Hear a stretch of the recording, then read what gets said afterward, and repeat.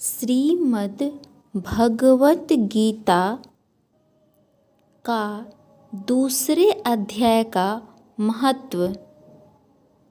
मैं नारायण जी बोले, हे लक्ष्मी, दक्षिण देश में एक पूर्ण नाम का नगर था। वहाँ एक देव सुशर्मा धनवान रहता था। वो साधु सेवा करता था। जब संत सेवा करते बहुत दिन बीत गए, तब एक बाल नामक ब्रह्मचारी आया।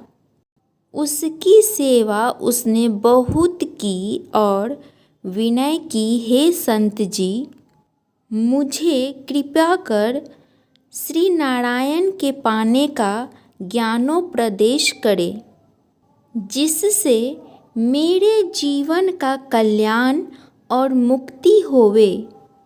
तब ब्रह्मचारी ने कहा, मैं तुझे गीता जी के दूसरे अध्याय का पाठ सुनाता हूँ। उसके सुनने से तेरा कल्याण होगा। तू श्रवण कर। एक अयाली वन में बकरियां चराता था और वहाँ मैं भजन करता था। एक दिन रात को अयाली बकरियां लेकर घर को चला। मार्ग में एक सिंह बैठा था। एक बकरी सबसे आगे चली आती देखकर शेर भाग गया। तब अयाली यह आश्चर्य देखकर बड़ा चकित हुआ और मैं वहाँ आ खड़ा हुआ।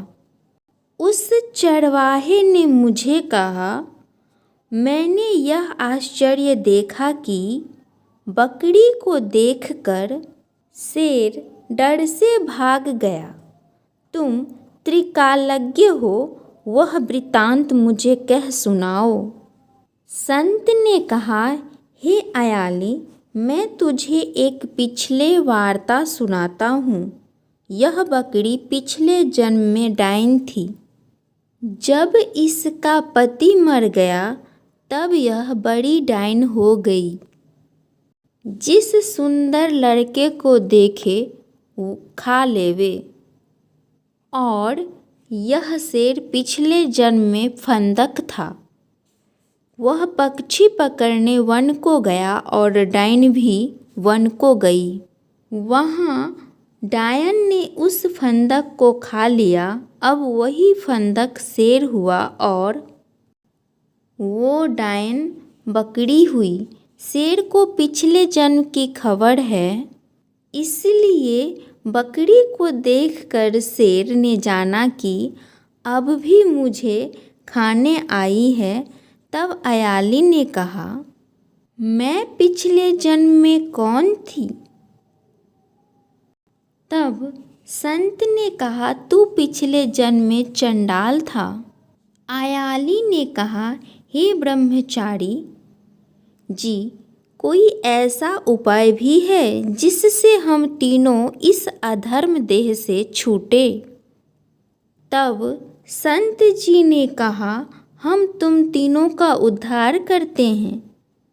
ये कह संत जी ने गीता जी के अक्षर सुनाए। तब उसी समय आकाश से विमान आया। उन सबों को विमान पर चढ़ाकर वैकुंठ लेकर गए। अधर्म देह से छूटकर देव देह पाकर वैकुंठ को चला गया। तब श्री नारायण जी ने कहा, हे लक्ष्मी, जो मनुष्य गीता जी के ज्ञान को पढ़े सुने, वो अवश्य मुक्ति को प्राप्त होता है। हे लक्ष्मी, ये था दूसरे अध्याय का महत्व में।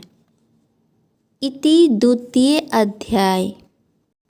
प्रेम से बोलिए राधे राधे।